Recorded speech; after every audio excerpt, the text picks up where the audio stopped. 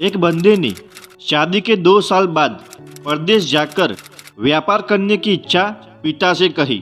पिता ने स्वीकृति दे दी तो वह अपनी गर्भवती पत्नी को माँ बाप के पास छोड़कर व्यापार करने चला गया। परदेश में मेहनत से बहुत धन कमाया और वह एक धनवान सेठ बन गया। 17 वर्ष धन कमाने में बीत गए। संतुष्टि हुई और वापस घर लौटने की इच्छा हुई।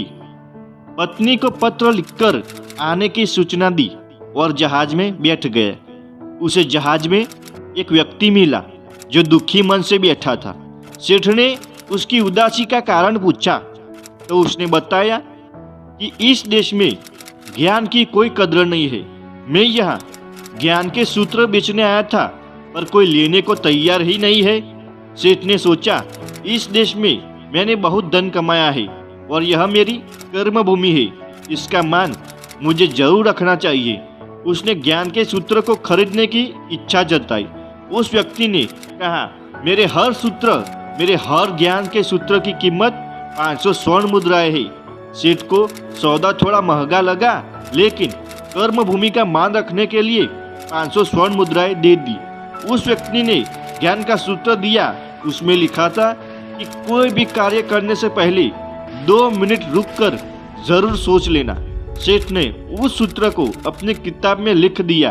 कई दिनों की यात्रा के बाद रात्रि के समय सेठ अपने नगर पहुंचा।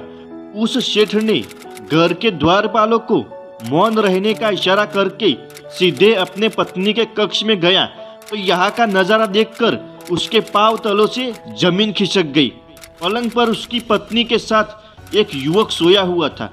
अत्यंत क्रोध में सोचने लगा कि मैं परदेश में भी उसकी चिंता करता रहा और ये यहाँ अन्य पुरुष के साथ।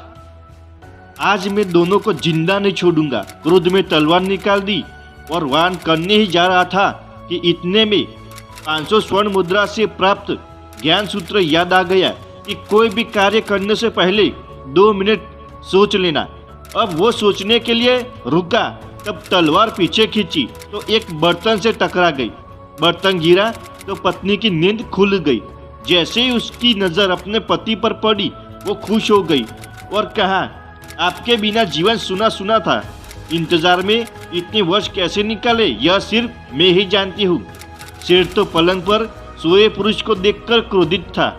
पत्नी ने युवक को उठने के लिए कहा, बेटा उठ जा, तेरे पिता आए हैं। युवक उठकर जैसे ही पिता को प्रणाम करने झुका, माथे की पगड़ी पैरों में गिर गई। उसके लंबे बाल बिखर गए। सेठ की पत्नी ने कहा, स्वामी ये आपका बेटा नहीं, ये आपकी बेटी है। पिता के बिना इसके मान को कोई आंच न आए, इसलिए मैंने इसे बचपन से पुत्र के समान ही पालन पोषण और संस्कार दिए हैं। यह सुनकर सेठ की आंखों से अश्रुधारा बहने लगी। पत्नी और बेटी को गले लगाकर सोचने लगा कि यदि आज मैंने उस ज्ञान सूत्र को नहीं अपनाया होता तो जल्दबाजी में कितना अनर्थ हो जाता। तो दोस्तों, उस दिन जो ज्ञान सूत्र 500 स्वर्ण मुद्रा में खरीदा था वो आज काम आया और वो सूत्र क्रोध के 2 मिनट बन गए।